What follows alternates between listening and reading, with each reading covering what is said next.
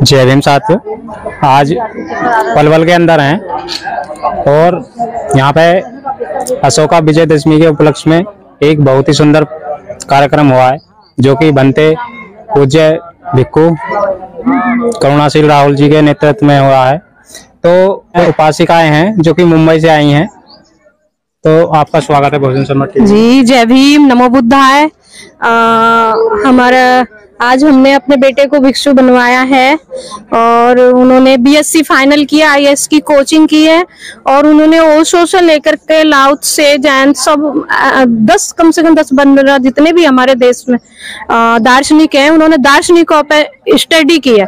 अब आप सोच सकते हैं कि जो व्यक्ति दार्शनिकों पे स्टडी करता है, धम्म पे स्टडी करता है या फिर बाबा साहब पे स्टडी करता है, महात्मा फूले पे, सावित्रीबाई फूले पे स्टडी करता है, तो आप समझ सकते हैं कि उसको घर में कैसे रख सकते हैं, क्योंकि उनकी अपनी मर्जी से उन्होंने चीवर पहना है। अब बात आती है कि उनके डैडी फिल्म इंडस्ट्री में कैमरामैन हैं, डायरेक्टर हैं और हमने लीड फिल्म की है रमाबाई अंबेडकर और दूसरी फिल्म सावित्रीबाई फूले कर रहे हैं। जो हमारी फिल्म अब से 10-12 साल पहले हमारी रिलीज हो गई रमाबाई अंबेडकर, और सावित्रीबाई फूले आगे आधी हो चुकी है। अब हम उसको पुणे में शूट करने वाले हैं। अभी हम यहाँ से फ्री हुए हैं तो हम वहाँ जाएंगे। तो जो ये रमाबाई अंबेडकर फिल्म आई है, ये रिलीज हो चुकी है यानी कि, तो कहाँ पे मिलेगी अगर लोग देखें? नेट पे आप देख सकते हैं, टाइप करेंगे mother of India Ramabai Ambedkar film, आप टाइप करेंगे फिल्म मिलेगी। हमने कमर्शियल बनाई थी लेकिन माता रमाई के संघर्ष पे बनाई थी।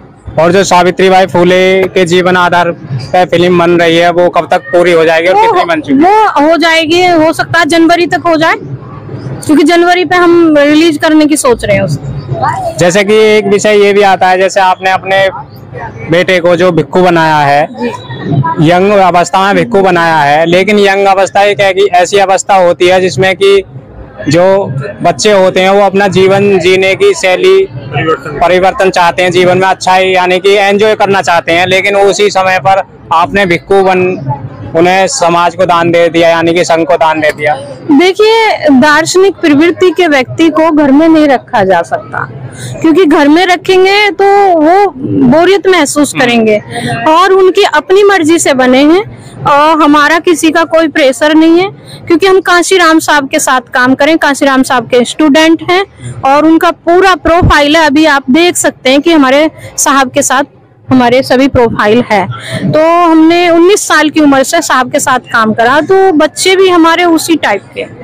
तो और ये बच्चा इतना पढ़ता है, पढ़ाई करता है, तो उन्होंने खुद ही डिसीजन लिया है, हमारा कोई प्रेशर नहीं और ना ही हमें इस बात का दुख है, ना हमें कोई तकलीफ है, ना हम उदास हैं, हम खुश हैं, क्योंकि कोई बच्चा हमारे कार्य को आगे लेके जाएगा, वो बहुत बड़ी बात है। अब बात आती है के राहुल भंते जी की, तो के राहुल भंते जी करुणाशील, तो वो इतना धम कार्य बढ़ा रहे हैं, तो हमारे हिसाब से तो हम एक चुटकी की बराबर भी नहीं कर रहे, उनके हिसाब से तो हम एक चुटकी की बराबर भी नहीं कर रहे। बहुत उन्होंने ये जो कारवा बढ़ा है, ये सब देख रहे हैं हम यहाँ पर। आज का प्रोग्राम पहले भी हम आए हैं, उन्होंने बहुत सारे बच्चों को भी पढ़ाया है, तो आप समझ सकते हैं कि करुणाशील भंते जी के राहुल जी बहुत बड़ा कार्य कर रहे हैं। और यहाँ के जो समर्थक हैं, जो यहाँ के समर्थक मनीराम क्या नाम है उनका, मनी जी नाम है, मनी जी हैं और महेश जी हैं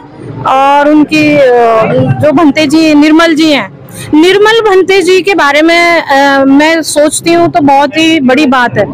महिलाएं, मैं कहूँगी कि अपने घर से अगर किसी का पति बाहर जाता है तो वो सोचती हैं कि अरे मेरा पति शाम को कहाँ से आया है, कैसे आया, लेकिन निर्मल भंते जी का इतना बड़ा योगदान है। उन्होंने परमिशन दी और खुद भी यहाँ पर वो हैं भंते जी हैं, उनके बच्चे श्रामनेर बने हैं, तो हमें उनसे मिलके बहुत खुशी हुई है। उन्होंने हमें बहुत कोऑपरेट किया और एकदम एज ए दोस्त की तरह यहाँ पर हमें रखा है, बहुत ही अच्छा लगा है। जो आपके बेटे जो भिक्खु बने हैं, तो ये भंते करुणाशील राहुल के सानिध्य में ही रहेंगे या आपके साथ ही मुंबई जाएंगे? नहीं, भंते करुणाशील जी के पास ही रहेंगे।